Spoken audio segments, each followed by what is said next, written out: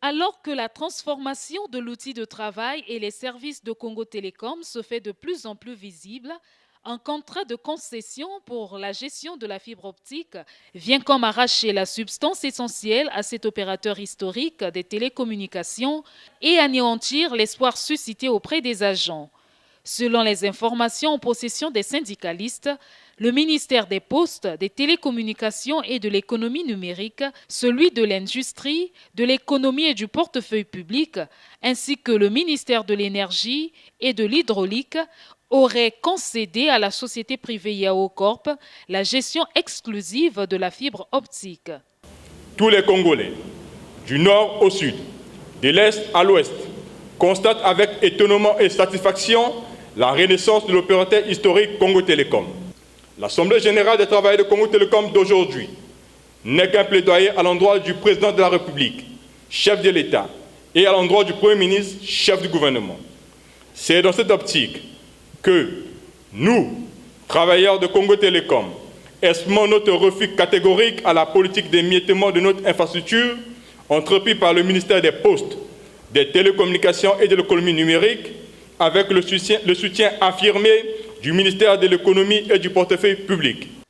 Ces agents de Congo Télécom, réunis en assemblée générale au siège de leur société, ne souhaitent plus retomber dans la précarité des années de vaches maigres, faites de licenciements et de retards chroniques de salaire.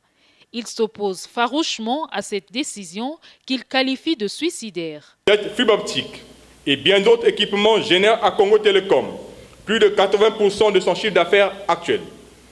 Cet acte irréfléchi et irresponsable posé par la tutelle n'est purement et simplement qu'une forfaiture et qui prépare un mouroir aux travailleurs de Congo Télécom et constitue une atteinte à la fierté nationale.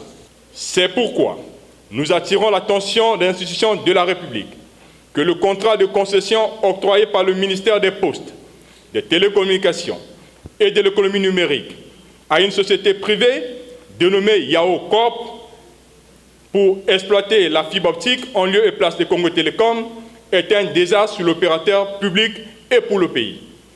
Lors de cette assemblée générale, un syndicaliste du collectif des agents de Congo Télécom, juriste de formation, est revenu sur le caractère nul de cette concession qui serait en violation flagrante avec la Constitution du 25 octobre 2015.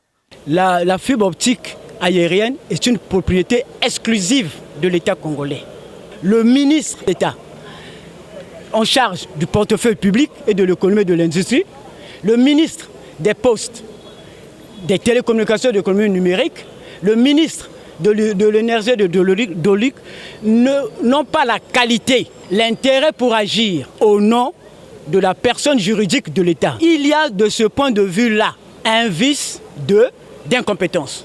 En dehors de ce vice d'incompétence, un deuxième vice, le vice de procédure. C'est le Conseil des ministres, présidé par le président de la République, ou encore le gouvernement à la tête duquel se trouve le Premier ministre, initie un projet de loi autorisant l'approbation du contrat de concession.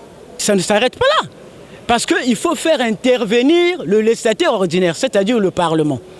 Donc les deux chambres du Parlement doivent se prononcer sur la question, parce que le contrat de concession tient lieu d'un engagement financier de l'État. Les agents de Congo Télécom en appellent ainsi au ressaisissement des ministres signataires de la dite concession. Ils souhaitent également suivre les deux voies de recours, à savoir la saisine de la Cour suprême ou l'arbitrage politique du Sénat dans son rôle de régulateur des institutions de la République. Considérons les lourds investissements consentis par l'État pour doter le Congo d'un opérateur national fort et compétitif. Considérons le plan stratégique savamment conçu par la nouvelle direction générale de Congo Télécom.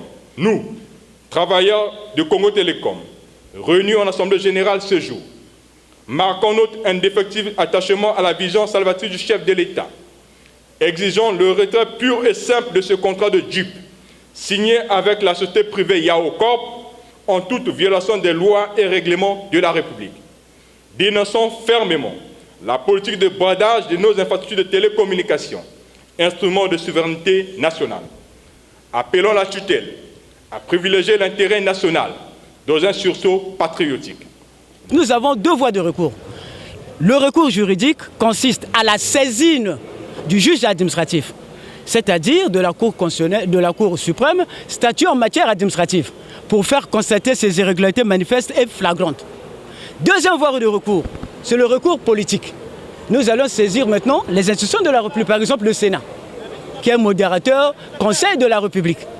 Cette nouvelle bataille juridico-politique entre le ministère de tutelle et les agents de Congo Télécom n'est pas sans rappeler le fiasco sur l'octroi de la licence de Congo Télécom à la société de téléphonie mobile Warid, ou la tentative de création d'une société anonyme qui allait gérer une partie du patrimoine de Congo Télécom en 2017. Congo Télécom, sans la fibre optique, serait une coquille vide vouée à sa disparition, a laissé entendre le délégué du personnel de cette société publique de télécommunications et de services numériques.